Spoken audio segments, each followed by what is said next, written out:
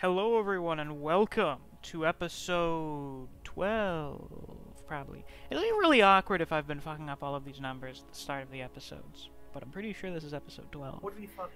It would be mildly humorous. Yeah. We've got the same people here as last time, because it's the same recording session. And today we're going to be talking about the progenitor of the golden lineage, the first of the tarnished, and the first Elden Lord, Godfrey the Golden. Godfrey's a fairly interesting guy. You see paintings of him everywhere, and you actually see quite a lot of his influence, which is what you'd expect, because he's the first guy to have the job position that we're currently going after. He set the original precedent. Yeah. So we have, quite the shoes to fill. Now before... Size fucking 20s. Yeah, well, he's a big guy, so pretty big shoes. Before he became consort to Marika and the first Elden Lord, he was a simple human warrior known as Horolu. You may be wondering, why is this simple human so big? I don't know. It's a FromSoft game. People be big. We also see that, like, other fairly normal humans are huge as fuck, like Renala.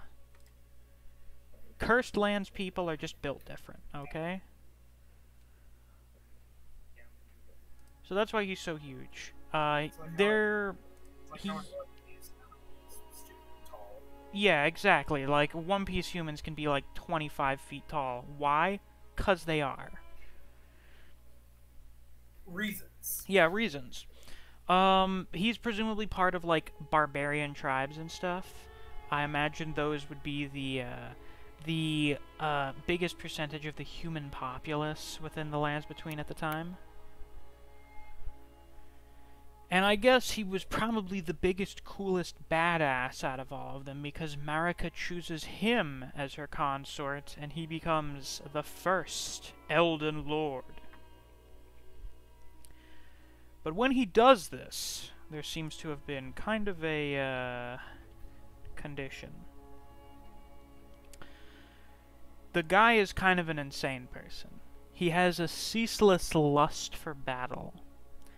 So, he needs somewhere to put that bloodlust. He takes on the Lord of Beasts, Sarash, as his regent. We find out from this hammer we can get from Garok that Sarash was known as the Lord of Beasts, so he was one of the beast men of Faramazala, which is pretty crazy. It's pretty wild. He's the only, like, straight-up lion person we see, so I guess that's why he was the Lord of Beasts. And somehow basically turns himself into a spirit. I don't know how. We know he's able to go back to being physical. And it just kind of hangs out on Godfrey. Basically latches onto him, merges with him. I've actually seen him propose that this is actually the first instance of grafting. I don't know about that, because Sarash is mostly more of like a spirit I thing. don't know about that either. Yeah, I'm not sure, because grafting is mostly connecting flesh, but Sarash is like a ghost. He's like a grace spirit. And according to the talisman we can get from Godfrey the Grafted, Sarash was there to subdue Godfrey's lust for battle. He was just kind of absorbing it. Have you ever heard that cats supposedly just absorb negative vibes? If you just have a cat near you, it absorbs all of the bad juju of the room or whatever. It's kind of what Sarash was doing, but it was instead for Godfrey's giant murder boner. And it's because of that that he's able to act like more of a civilized, sophisticated lord ruling over the kingdom of the Erdtree. I guess that's one form of, like, guidance, because Sarash is described as guiding the golden lineage. Maybe Sarash is actually, Yeah, Hmm?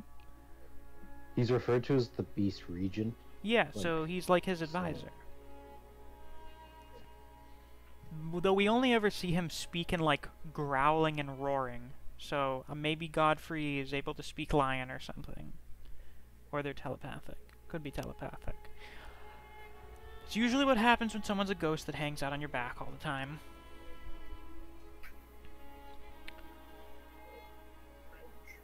And it's after this that the Golden lineage starts, you know.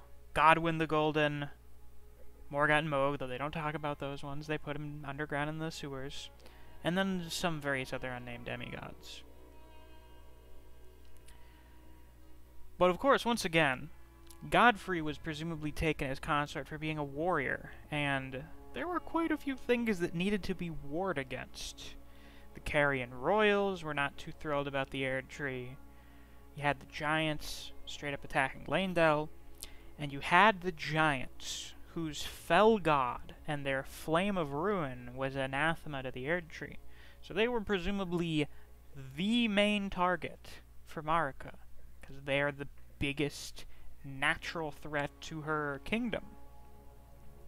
So Godfrey leads the war against the Giants. We actually are told this by his armor, I think. He actually led the war against the Giants. I had just made that connection myself, I thought. I think I mentioned that in my, in the second episode, the one where we talk about the age of the Erd Tree. I was just kind of like, oh yeah, I think that's where he fits into things. No, we're told that he led the war against the Giants. You can tell from the mountaintops of the Giants that that went pretty well for Godfrey. It went really bad for the Giants.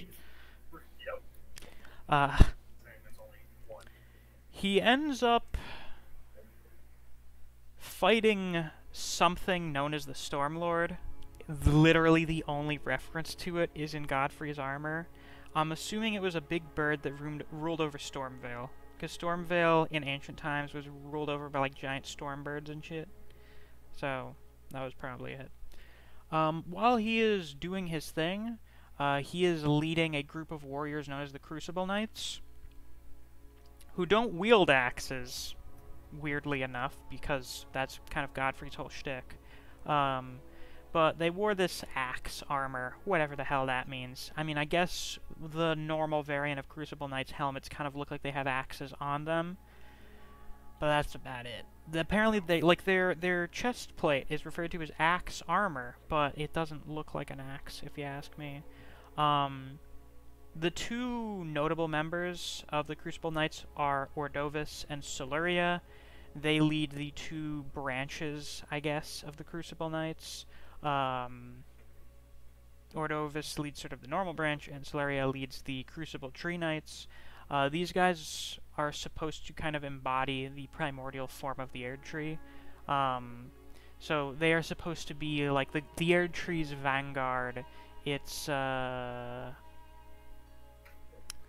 what's the word I'm looking for here? Something similar to messengers. Heralds? Yeah, that's what it is. The heralds of the Erd Tree, pretty much. Now, they don't wield axes, but you can see quite a few similarities between their fighting styles and Godfrey's fighting styles. Notably, the big stomp. You know, Godfrey loves his big ground-destroying stomp. And some of their movements in how they fight, a lot of, like, their spinning attacks and stuff remind me a lot of Godfrey's moves. Especially with the Tree Knights, mostly because they have, like, a pole arm, which is much more similar to Godfrey's weapon.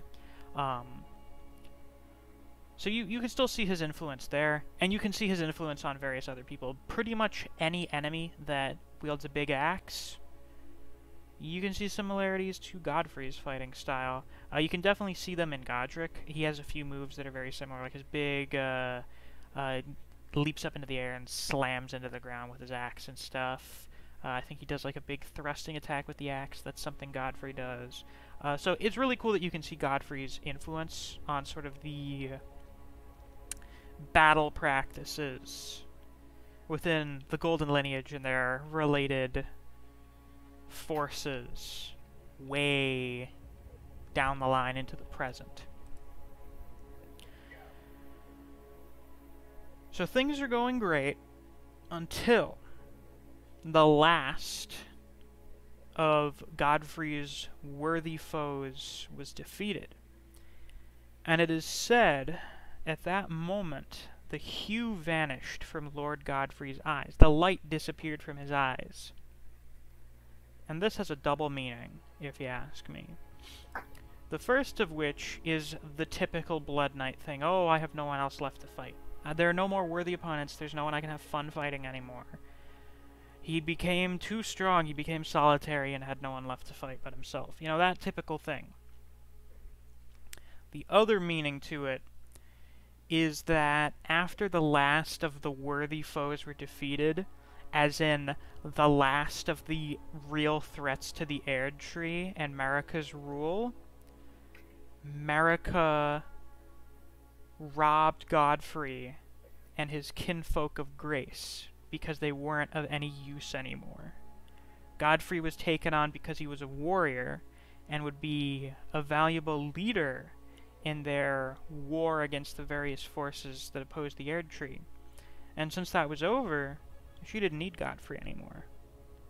So she tells Godfrey and his kin, presumably his fellow barbarians and warriors, go, basically. Get the fuck out. Go. Go fight and die somewhere else other than here, and banished them from the lands between. So they had a big divorce. Pack your shit and leave. They had a big god divorce, and Marika got to keep the house. And the grace. But he got the kids. He got... No, she still... And the entire kingdom. She still kept most of the kids. At least the important ones. Damn. Yeah, so sad. At least he got to keep the cat. Hey. Yeah. Yeah. So, Godfrey, now tarnished, leads his fellow tarnished out of the lands between and just kind of fights everything that gets in their way as they leave in an event referred to as the Long March. And which is it's just him and presumably like hundreds or thousands of other warriors just marching out of the lands between and fighting everything. Sounds pretty cool. It sounds pretty badass. It's at some point during this that Godfrey's axe breaks. It was supposed to be a double-headed axe, but one of the heads broke off. So then he just used it as like a normal one-sided axe, which is pretty cool. So that happens. Don't know how long the Long March lasted for, but it was presumably a while. And once that was over, Godfrey divested himself of kingship. He took off his crown, stopped being a king, and returned to being a simple warrior once more. And so went back to being Horolu. So it's at some point during this that he goes to wherever the Badlands are, and ends up becoming its chieftain through just being a badass. And you know, as like a barbarian chieftain, he presumably fucks a lot, and ends up having at least one kid by the name of Nephili. She and Godfrey are estranged. There's not really any connection between them. It's why Gideon ends up adopting Nephili. But, you know, she is his daughter, I think, at least descended from him. So, you know, she's part demigod, to an extent. And then, I don't know, he's just chieftain of the Badlands. I don't know if he dies at some point during that or not. It doesn't really seem like it. And then, you know what happens. The shattering happens. Everything goes to shit. No one's able to become Elden Lord and fix things. So the greater will is like, alright, arise now, ye tarnished, ye dead who yet live. Long lost grace calls to us all. And the first of the tarnished we find out about, Horolu, chieftain of the Badlands. He's looking pretty rough. I assume the Badlands are called as such for a reason, because him and Sarash are fucking filthy. But they come back, and somehow we never encounter Godfrey until right before we get to Radagon and Marika. Well, you encounter like an aspect of him. This is true. Okay, so when we get to Lanedale and we go to fight Morgott, we fight a projection of Godfrey. The OST is called the Lord's Apparition, because it's not literally Godfrey. What this is the grace that was stolen from him. So we know that people like Morgott are able to just use grace to create copies of themselves. That's just what that is. That's just a manifestation of Godfrey's grace when it was stolen from him. And you can tell because it still has the complete battle axe and everything. And it doesn't have Siraj, because it wasn't Siraj that was having grace stolen from him. It was Godfrey. So that's what we fight. We just fight the power that was taken from him. So he comes back. I don't know what the fuck took him so long. He comes back at like the last minute to steal our thunder. You know, oh, now we've got all the great runes. What are you gonna do? Come along, kill us, and steal them or something? Kind of a bitch move. I don't know what the hell he was doing. I like to think that he just was really bad at navigating. Maybe the long march took so long because he just had no idea where he was going.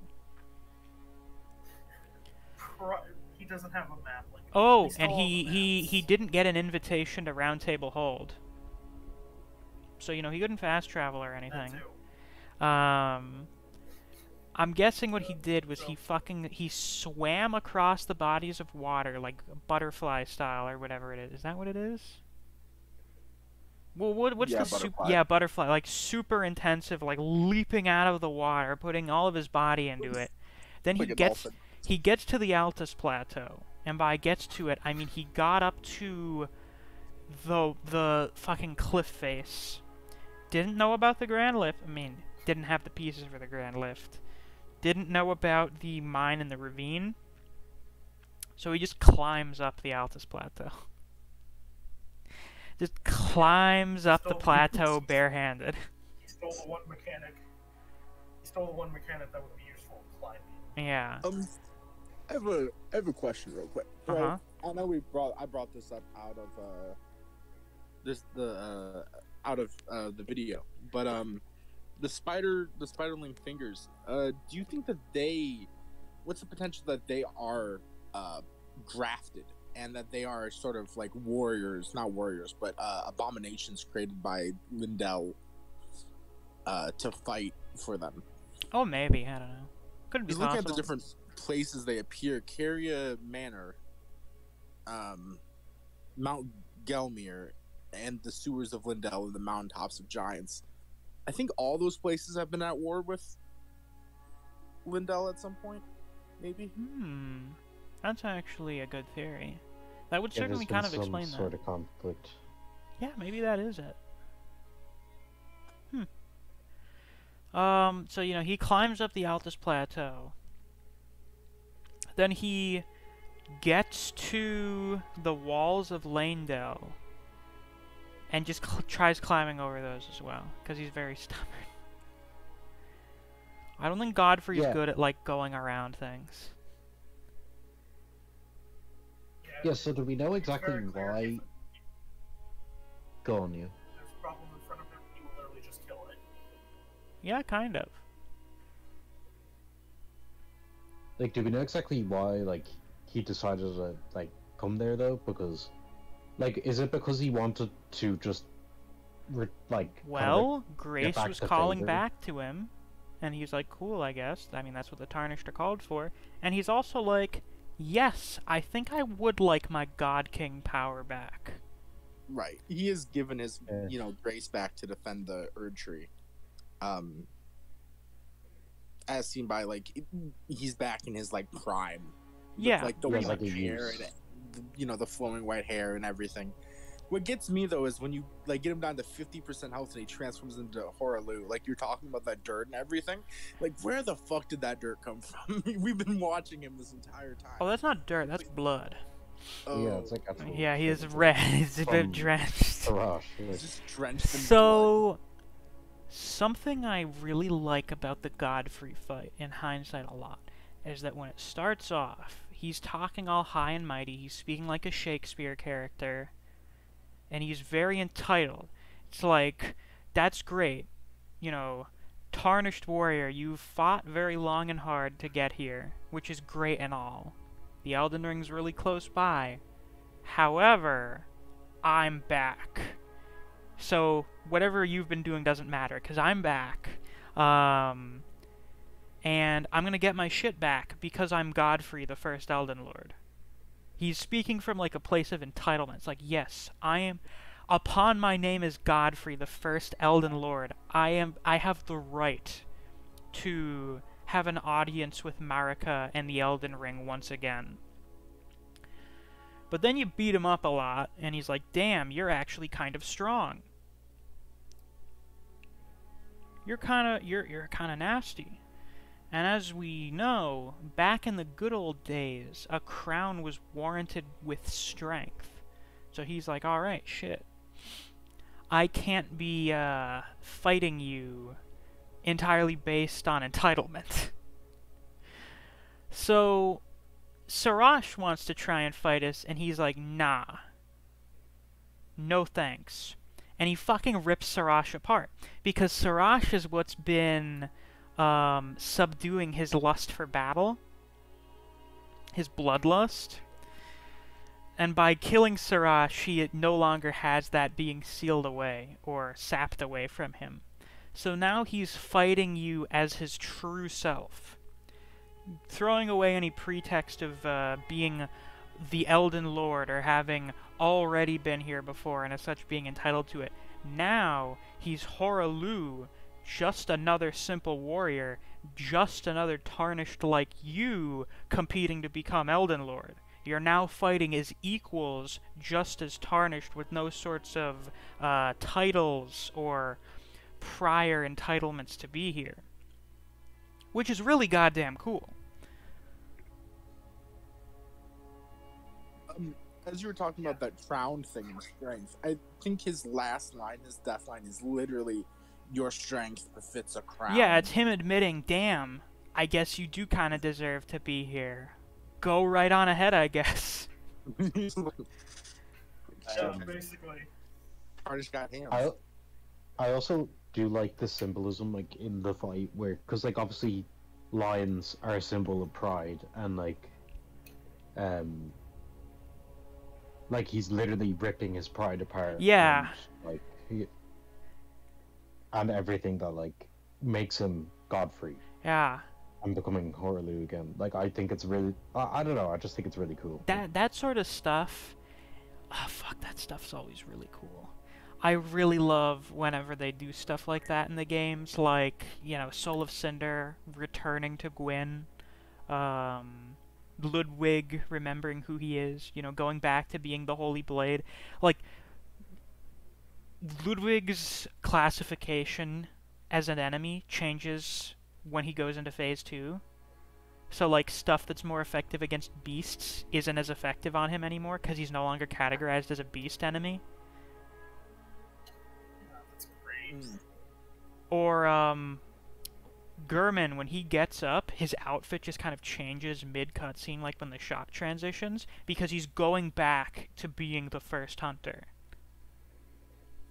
Here's what I'm curious about. What the heck happened to Sharash after he had his grace stolen?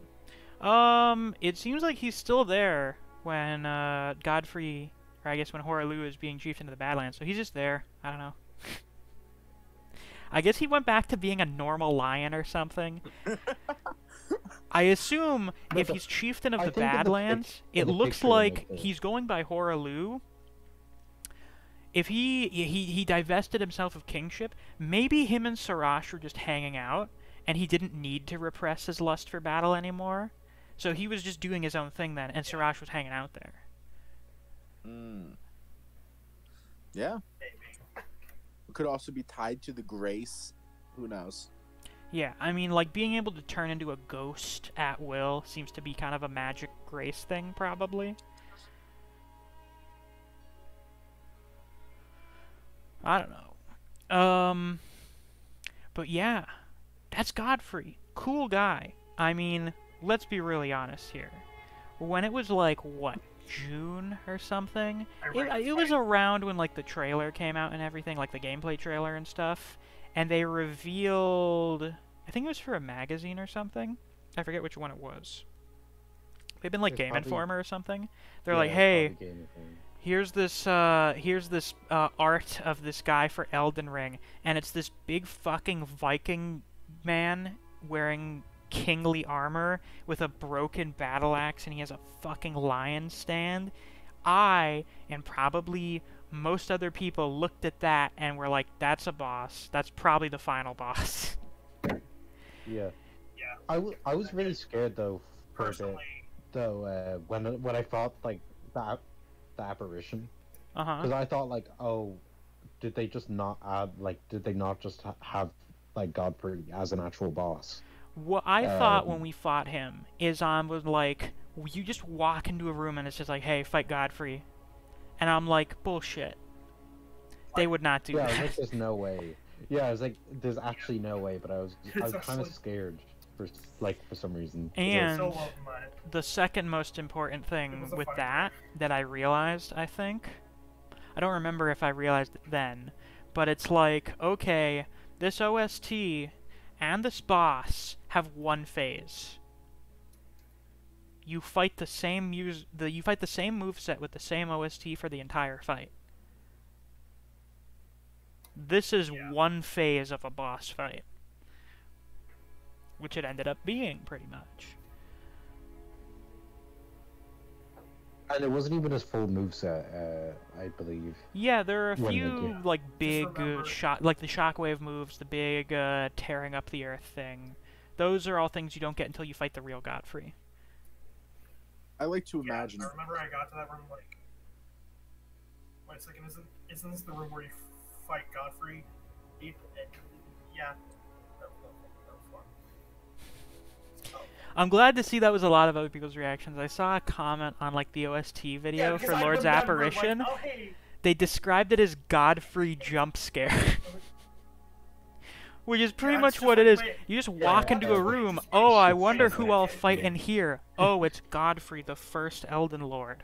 Oh! Two things. Mhm. First thing, back onto what you were saying before about him swimming across the sea, climbing the Altus Plateau, scaling the Laws of Windale. He only gets there after the place is turned to ash, Yeah. so he's probably pissed the fuck off. He's Yeah. like, this was my home. Yeah, I imagine, Um, dude, we come back, you have burned his home to the ground, and all of his kids are dead. Oh yeah. And someone else has yes. been fucking and turned into his wife. Dude, imagine. Imagine being so bad that your wife decides to fucking mitosis another. It's reverse mitosis. Fucking Yeah. assimilates with some other guy who's younger and hotter than you. Well, I don't know. Maybe it depends on your type. I've seen a lot of love for Radigan on Twitter. I've seen a lot of people talking about how hot Radigan is. I haven't seen a lot of love for Godfrey. Maybe Godfrey's a little too old for them. It's because of Ragnarok Thor. Yeah, maybe. He's a Yeah, he does kind of look like. He looks a fuck ton like him. I don't know how many people find the traditional Viking look attractive anymore. You know, I say traditional. He doesn't exactly look like a Viking, but you know, it's a big buff bearded old man with an axe. He's pretty Viking. I imagine someone probably likes Godfrey a lot. Listen. Shout out to all the Godfrey stands in the audience. Show your love for Godfrey in the comment section. He's my second favorite of the Remembrance fights. Which one was your favorite again? Morgoth. Good, I just really good. like Morgoth as a character. Yeah, good. He also seems to have some sort of like good relationship with Morgoth as well. Yeah, that's interesting. I don't know He seems what the exact extent of that is, because Morgoth still had to live in the fucking tunnels. Yeah. Yeah, but maybe Godfrey had a bit more sympathy than Mark ever had because he had some and she had none. Yeah, maybe a little bit. I'm guessing that's why Siraj was so important, is Siraj is what allows him to be sort of empathetic like that.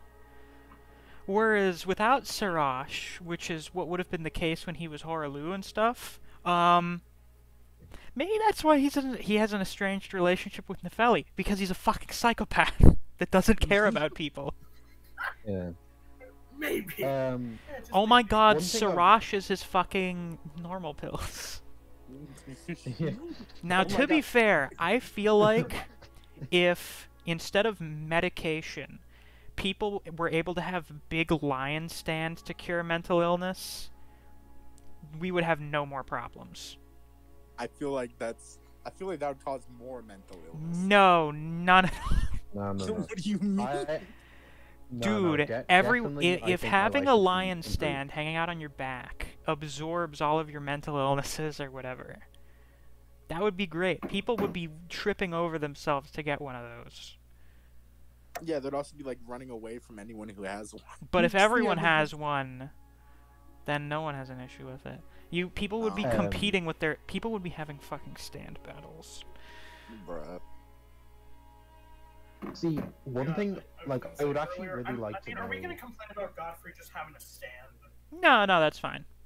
What's Godfrey's stand name? Is it like King of Beasts? I don't know if anyone's thought of a good one. Comment that as well, people watching this. What's a good name for Godfrey's stand?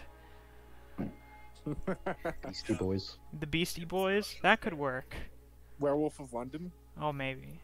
Well, he's not a wolf. He's a lion. So you need something Is it a else. lion? Little Lion Man? I don't know. Mm. Though Sirash is kind of big, so that doesn't work. I don't know. Eye of the Tiger. Eye of the It's a song that's Tiger, about maybe. lions But it's Well, not a lion. mean, We need something lion-related. It's adjacent. It's Yeah, find adjacent, something- but it's find not the something that's same. related to a lion and I can only about think of you. Little Lion Man. Yeah, that's the only song I can think of that has lion in the title. Lionel Richie. Fuck.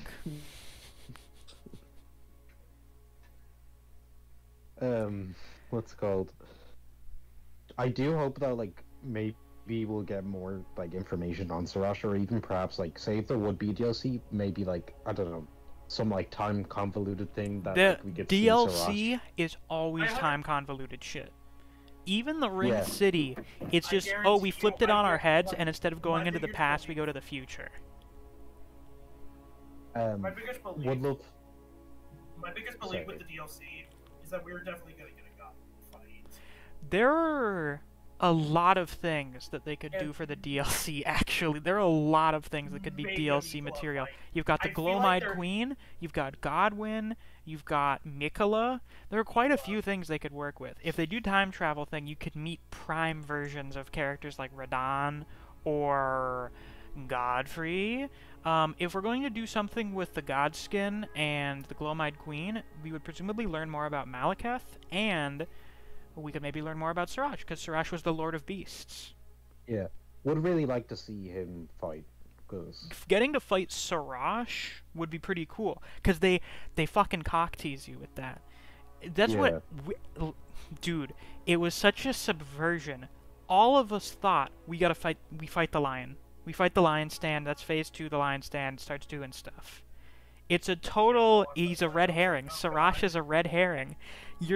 When one version of Godfrey has a lion stand and one does not, you're obviously going to assume, yeah, we fight the lion stand. No, fuck your lion stand fight. Rips it in half. Now you're fighting in a WWE match. I don't think he Literally. actually had. I don't think he had Sirash when he was Horolu. Yeah, that's what I think No. the case is. I mean, I said that. I said that a few minutes ago. It seems But like the- Sirash was Yeah. not literally attached to him. No, you said that he was just chilling with him. Yeah, he was chilling with him, but he wasn't connected to him Yeah, or anything, so he because- wasn't Oh, absorbing I his didn't know it bloodlust. was like Yeah, I didn't know it was because, like a Goku Vegeta like. Like, he wasn't desperate fusion or anything dance. at the time, so he didn't rip Sirash in half. No, it was no, just- Yeah, like, because, Yeah, they were Can just hanging out. But Sirash wasn't doing his job anymore. Yeah, we see Sirash. Let me look up Horolu, Chieftain of the I tried Badlands. to look up that. I tried to look that up. it just seems like you can't have Horolu without Sirash. And what I mean by that is like you can't have Horolu if Sirash is with him. Sirash is there, but he's not in his ghost form. Mm. So he manifested, and maybe wasn't still attached to him. It's actually Yeah, really not he's, like, clear. physical. Yeah.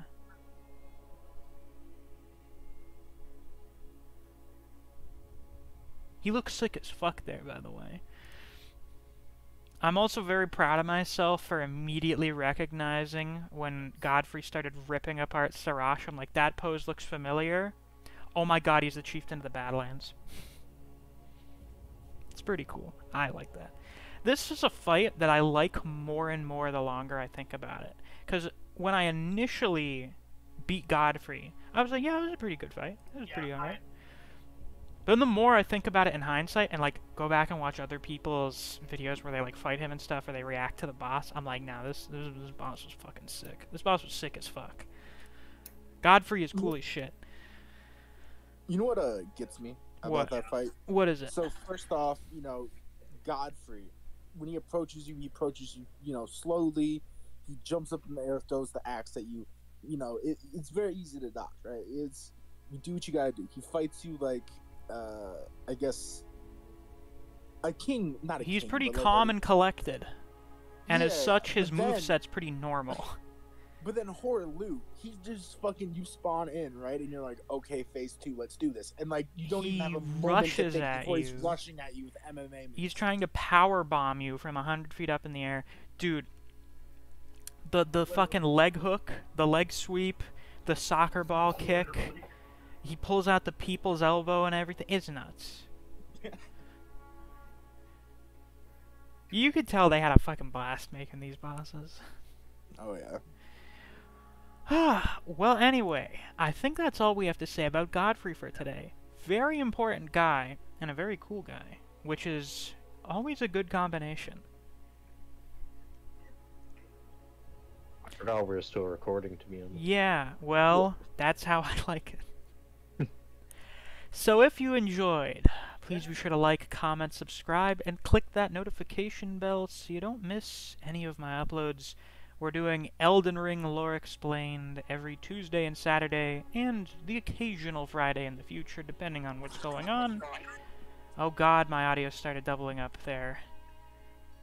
Alright, I think we're good now. So, yeah, also I have a Discord server. I keep forgetting to plug that in these videos. I have a Discord, so if you're interested in that, there's a link to it down in the description. Thanks for watching. I'll see you guys around. Until next time, take care. Bye-bye.